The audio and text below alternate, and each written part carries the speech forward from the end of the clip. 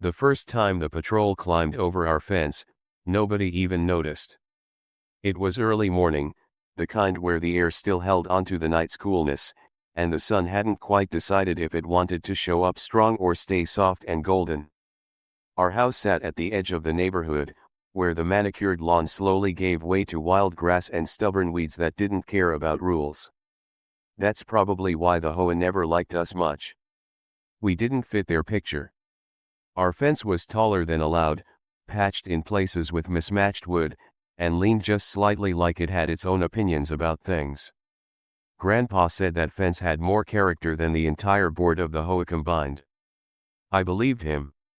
He built it himself, board by board, after some kids cut through our yard one summer like it was a public park. Since then, it wasn't just a fence, it was a line. And crossing it meant something. The patrol didn't knock. They didn't call. They just climbed. We found out because of the footprints. Muddy ones, pressed into the garden soil near the tomatoes Grandma used to grow. Grandpa noticed first. He didn't say anything right away. He just stood there longer than usual, hands behind his back, staring at the ground like he was reading a message written just for him. Then he looked at the fence, slow and steady, like he already knew exactly what had happened. That was Grandpa. He didn't jump to conclusions, he walked right up to them and stared them down until they admitted they were true. Later that day, we got a notice. Unauthorized modifications to fencing structure. That's what it said. No mention of the fact that they had stepped onto our property like it was theirs to inspect. No apology. Just a fine. Grandpa folded that paper neatly, too neatly, and placed it on the table. He didn't crumple it. Didn't raise his voice. But something shifted. You could feel it, like the air before a storm. Over the next week, it happened again. This time, I saw it. I was in the kitchen, half awake, staring into a bowl of cereal when I noticed movement out the window. A man in a polo shirt and khaki pants, like they all wore some kind of uniform without calling it one, had one leg hooked over the fence. He wasn't careful either. Just swung himself over like it was nothing. Like we weren't even people. I froze, spoon halfway to my mouth, and watched him land on our side, dust off his hands, and start walking along the fence line, inspecting it. My chest tightened. I didn't go outside. I didn't say anything. I just watched until he climbed back out and disappeared. When Grandpa came in later, I told him. Every detail. The way the man moved. The way he didn't even hesitate. Grandpa listened without interrupting, nodding slowly, like he was collecting pieces of a puzzle he already understood. When I finished, he looked out the window, then back at me, and said quietly, "They won't do that again." That afternoon, Grandpa went out to the shed. Now, the shed was his kingdom. No one went in there unless invited, and invitations were rare. Inside were tools older than most of the houses in the neighborhood, wires, metal scraps, and things I couldn't even name. He spent hours in there, the sound of clinking metal and low humming drifting out through the yard. I sat on the porch steps, pretending to read, but really just listening. Every now and then, he'd step out, wipe his hands on a cloth, and stare at the fence again. Measuring. Thinking. Planning. By sunset, he had dragged out a coil of wire, some insulators, and a small metal box that looked like it had seen better decades. He didn't explain what he was doing, and I didn't ask. There was a kind of quiet respect in letting him work. He moved with purpose, attaching the wire along the top of the gate, careful, precise, like he was stitching something together rather than building it. When he finished, he stood back, arms crossed, and gave a small nod. Not satisfied exactly, but close. The next morning felt different. Even the birds seemed quieter, like they knew something had changed. Grandpa sat on the porch in his usual chair, a cup of coffee in one hand, hat tilted just enough to shade his eyes. But he wasn't relaxed. He was waiting.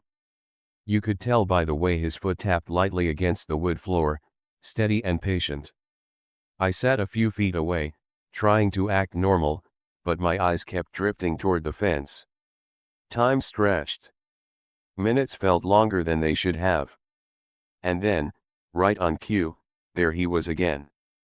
Same kind of man. Same uniform. He approached the fence with the confidence of someone who had never been told no in a way that stuck. He glanced around briefly, not really checking, just going through the motions, and then reached up to grab the top of the gate. What happened next was quick, but it felt like it unfolded in slow motion. The moment his hand made contact, his whole body jerked. Not violently, not dangerously, but enough. Enough to surprise him, to send a clear message. He yelped, a sharp, startled sound, and stumbled back, shaking his hand like it had betrayed him. Grandpa didn't move. Didn't say a word. He just took a slow sip of his coffee, eyes fixed on the man. The patrol officer looked around, confused, maybe embarrassed, trying to figure out what had just happened without admitting it out loud. He reached toward the gate again, more cautiously this time, barely brushing it, and pulled back immediately. That was enough for him. He stepped away from the fence, adjusted his shirt, and walked off without another attempt. Grandpa waited until the man was completely out of sight before he spoke. Boundaries, he said, more to the air than to me. Some folks only understand them when they feel them. He set his coffee down and leaned back in his chair, finally relaxing. The tension that had been sitting in his shoulders all week seemed to ease, just a little. I didn't ask if it was legal. I didn't ask if it was safe. I knew Grandpa wouldn't do anything truly dangerous. This wasn't about harm. It was about respect. About drawing a line and making sure it stayed drawn. Over the next few days, no one came. No footprints. No notices. Just quiet. The kind of quiet that feels earned. But the story didn't end there, because things like this never really do. A week later, a letter arrived. Not a fine this time. Something more official looking. Grandpa opened it at the table, the same way he had before, careful and deliberate. His eyes scanned the page, and for a moment, I couldn't read his expression. Then, slowly, the corner of his mouth lifted. Not a full smile, Grandpa didn't do those often, but enough to tell me something had shifted again. He handed me the letter. It was a notice of concern regarding potential safety hazards. No mention of trespassing. No acknowledgement of what had led to this. Just concern. Grandpa chuckled softly. They felt it, he said. Now they're thinking about it. He didn't remove the wire. He didn't change the fence. But he did add a small sign near the gate. Simple. Clear. Private property. Do not enter. It wasn't aggressive. It wasn't threatening. It was just, honest. After that, the patrol stayed on their side. Inspections, if they happened, were done from a distance. Notices, if they came, were left in the mailbox like they should have been all along.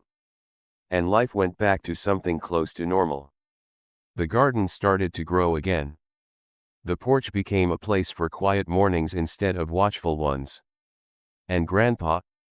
He kept sitting in that chair, coffee in hand, eyes sharp as ever, but now, there was a kind of calm in them. Like the line he drew had finally been seen. Sometimes, in the evenings, I'd sit out there with him, watching the light fade over the uneven fence he built with his own hands. It still leaned a little. Still didn't match the neighborhood's idea of perfect. But it stood. Stronger than before, not because of the wood or the wire, but because of what it meant. Grandpa never made a big speech about it. Never turned it into a lesson. But I understood anyway. Some boundaries you explain. Others, you build. And every now and then, If someone keeps crossing them like they don't matter, you remind them in a way they won't forget. And from that day on, no one ever climbed our fence again. The quiet didn't last forever. It never does in neighborhoods where people care more about control than understanding. For a while, everything stayed calm, too calm, almost like the kind of silence that builds before something decides to push back. The HOA patrol stopped showing up in person, but that didn't mean they were gone. It just meant they were watching differently. Notices started coming more often, small things at first. The grass being slightly overgrown, the paint on the mailbox fading beyond acceptable standards, the angle of the fence visibly inconsistent with community alignment guidelines.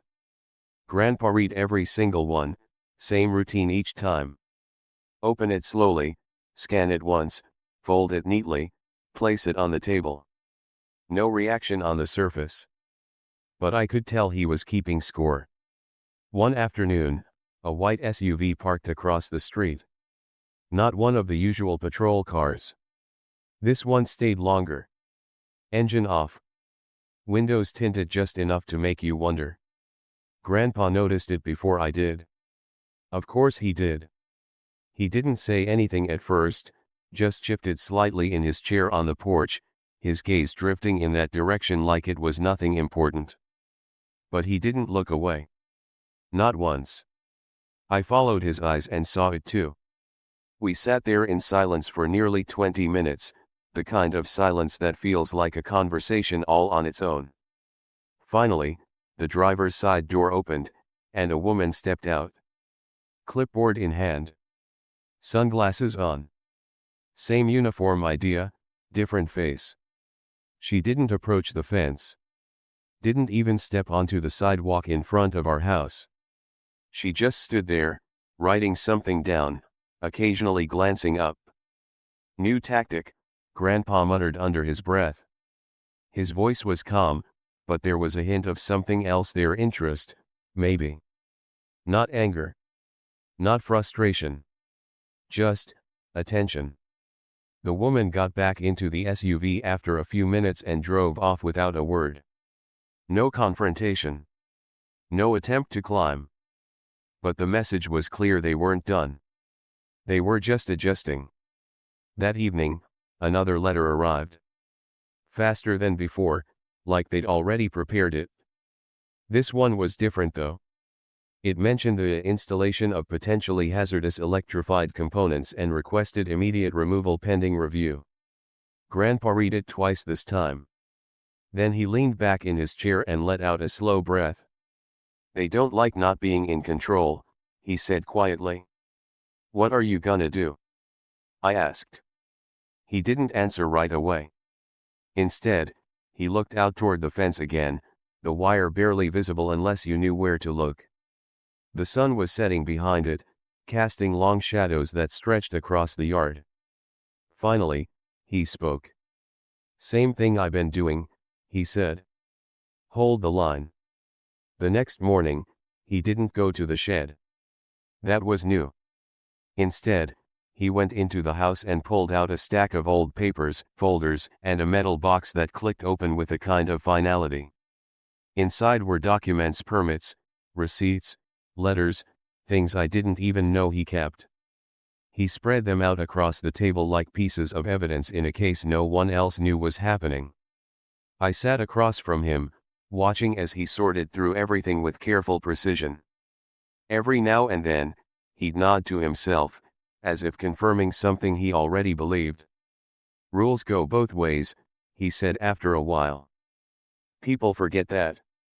That afternoon, he made a phone call. Not to the HOA. To the county office. I could hear his side of the conversation, calm, respectful, but firm.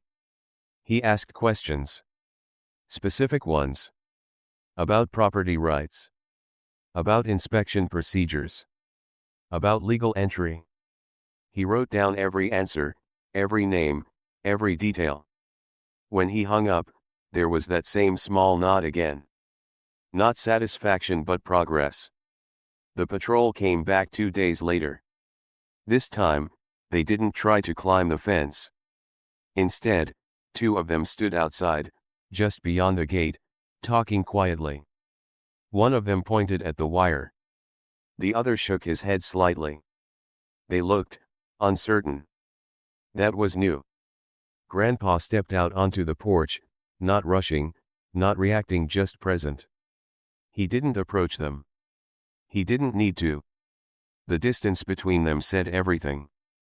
"You planning on removing that?" one of the men called out, gesturing toward the top of the gate. Grandpa took a sip of his coffee before answering. "You planning on climbing my fence again?" he replied, his tone even, almost conversational. The man hesitated. Just for a second. But it was enough. "We're just doing our job," he said. Grandpa nodded slowly. "So am I." There was a pause. The kind where both sides realize they've reached a line neither wants to cross first. Eventually, the men exchanged a glance, then turned and walked back toward their vehicle. No threats. No warnings. Just retreat. But it didn't feel like a victory exactly. It felt more like a shift. Like the balance had changed, even if just a little. That evening, Grandpa added something new to the gate. Not more wire. Not anything physical. A camera. Small, mounted just under the edge of the porch roof, angled perfectly to capture the entire fence line. It wasn't hidden. In fact, it was almost obvious. Intentional. When I asked him about it, he just shrugged. "If they want to watch," he said, "they should know they're being watched too." Days passed again, quieter this time but heavier somehow. The kind of quiet where you know something is still unresolved, just waiting for the right moment. Then, one afternoon, a black sedan pulled up. Not the SUV. Not the patrol. This was different. Cleaner. More official. A man stepped out, dressed sharper than the others, no clipboard this time, just a folder tucked under his arm. He walked up to the gate but stopped short, eyes flicking briefly to the wire, then to the camera, then to the porch where Grandpa sat. "Mr. Hassan," he called out. Grandpa didn't stand. "Depends who's asking," he replied. The man gave a small, practiced smile. "I'm here on behalf of the Homeowners Association. We'd like to discuss a resolution." Grandpa gestured slightly with his hand. "You can talk from there." The man nodded, as if he expected that. He opened his folder and pulled out a document. "We've reviewed the situation," he began, "and while we understand your concerns regarding unauthorized entry, the installation of electrified deterrents does raise liability issues for the community." Grandpa listened without interrupting, his expression unreadable.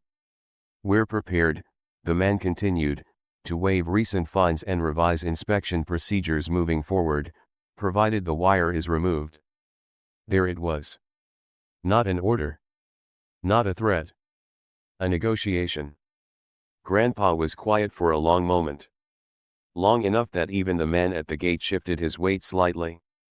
Finally, Grandpa leaned forward, resting his elbows on his knees. "You ever been shocked before?"